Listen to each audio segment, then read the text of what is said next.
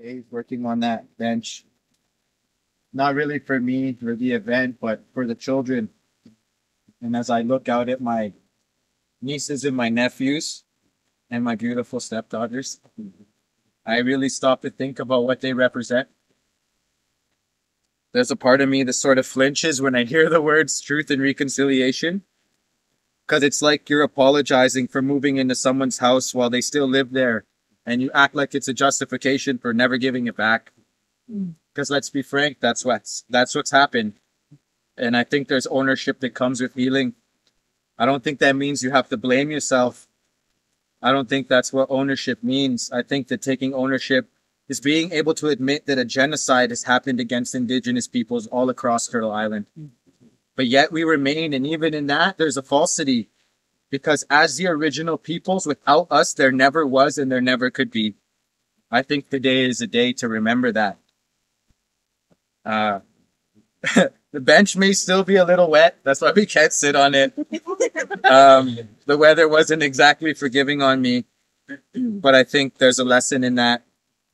I don't think we get to remember the children and not suffer a little bit. I think that my 3.5 days of suffering are a joke.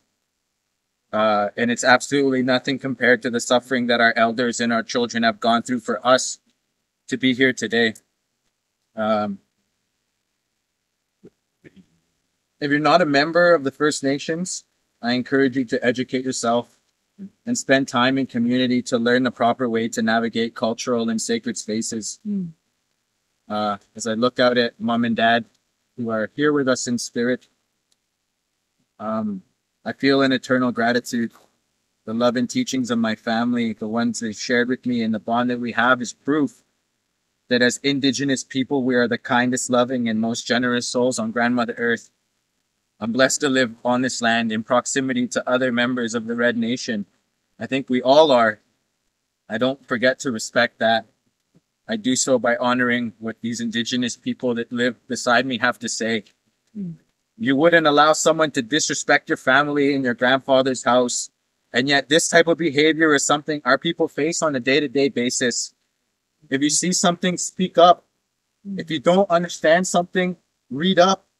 And last but not least, keep showing up. With that, my relatives, I say the red road is wide. It's loving. It's welcoming. It's wide enough for all of us. I love you all as my brothers and sisters and Creator's children. And thank you for being here with us today. Kadami atankashila tokahea wawachi champazamiye wamakiayo tankashila. Hochi manayelo tankashila. Wupila kunchi. Wupila tankashila. Pedami awakantaka. Metakiwasin aho. A few years ago, when we really first started finding a majority of these bodies, and I primarily like to perform it in colonial settler spaces because it's very powerful, and I think that there needs to be a level of ownership that happens when we confront these tragedies. So this poem is called Tens of Thousands. Tens of thousands little babies lined up in a row. Tens of thousands little babies never going home. Tens of thousands little babies with spirits so pure. Tens of thousands little babies who will never get to mature. Tens of thousands little hands that never get to grasp. Tens of thousands little feet that never get to dance. Tens of thousands little dreams that never get to be. Tens of thousands killed because they look like you and me. Tens of thousands little souls who left us far too soon. Tens of thousands little spirits following the moon. Tens of thousands little children dancing to the drum. Tens of thousands little voices crying for their mom. Tens of thousands little bodies laying in a field. Tens of thousands little families can't believe it's real. Tens of thousands, and the number grows. Tens of thousands, and 10,000 more. Tens of thousands little babies lined up in a row. Tens of thousands little babies never going home. Tens of thousands little babies with spirits so pure. Tens of thousands little babies, how could we allow this to occur? They're all heartbreak songs or love songs. And I was like, I don't think I have one that's appropriate for the event that you are doing. And then last night, I remembered this one song that I used to sing a long time ago. And it just felt like, it was one that I could share with all of you.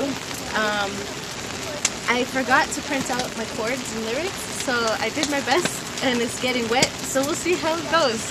My B minor is pretty crappy, so I do apologize. Yeah, I hope you enjoy.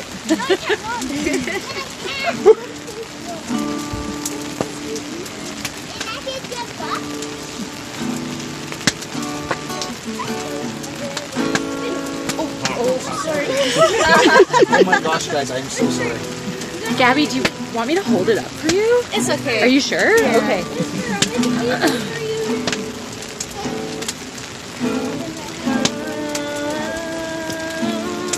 Tell me your trouble.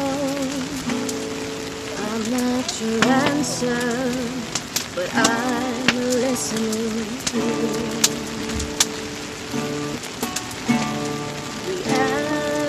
Reality has left you reeling. All facts and no feeling.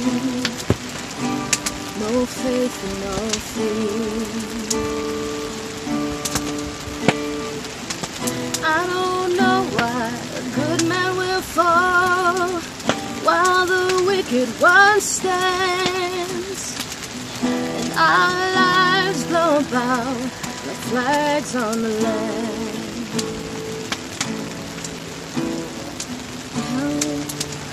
Who's at fault? It's not important. Good intentions lie dormant. We're all to blame. Well, apathy acts like an ally. My enemy and I are one and the same.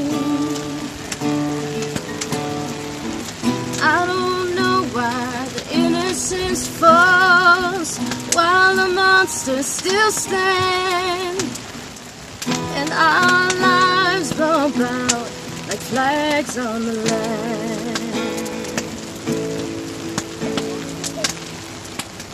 I don't know why our words are so proud, yet their promise so thin, and our lives blow out like flags on the land.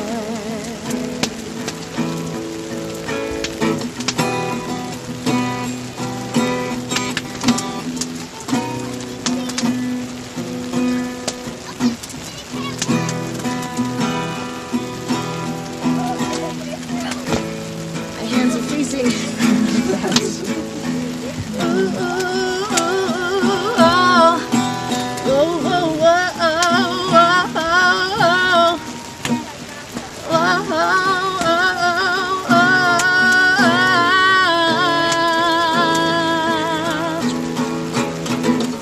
You who mourn will be comforted.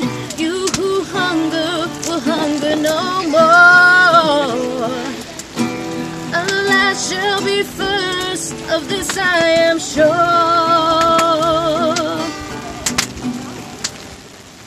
You who weep now will be comforted. All you lonely be lonely no more. Oh, the last will be first, of this I am sure. I don't know why the innocence falls while the monsters stand. I don't know why the little ones thirst, but I know the last shall be first. I know the last shall be first. I know the last shall be first.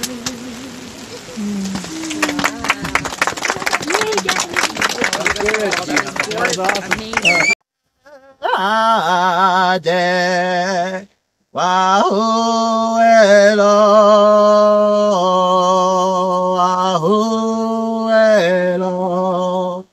Jano pawa yo ha oye waelo